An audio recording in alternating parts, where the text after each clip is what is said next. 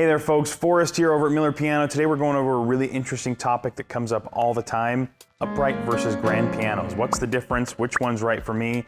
Today we're going to compare a couple different pianos from the same manufacturer that have a lot of the same specs, just one's an upright and one's a grand. Pearl River EU131, this is a 52-inch upright piano. Now what I tell a lot of folks, upright versus grand, an upright piano is basically a grand piano turned up on its end and closed inside a box. So that's a lot of the differences that you're hearing are from how they're built.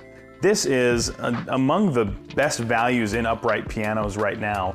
The reasons you would pick a piano like this would be space saving. They're obviously a little smaller than grand pianos.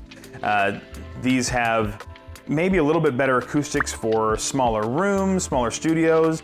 A lot of folks might argue that a grand is going to be better, but the reason that we're comparing this is going to have a very similar soundboard size and string length to something like a 5-foot grand piano.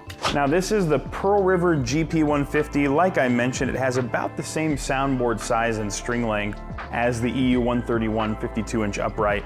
Both use a lot of the same components, but you can hear the difference between that upright and the grand sound. Again, an upright is pretty much closed up inside of a cabinet, where the grand piano sound is much more open. The grand piano action is going to be a little more nuanced, a little more controllable. So even though the physics of the sound are the same, there are some external factors that are affecting how the player perceives it and how you feel it as well, which I find is very intertwined with how you hear it.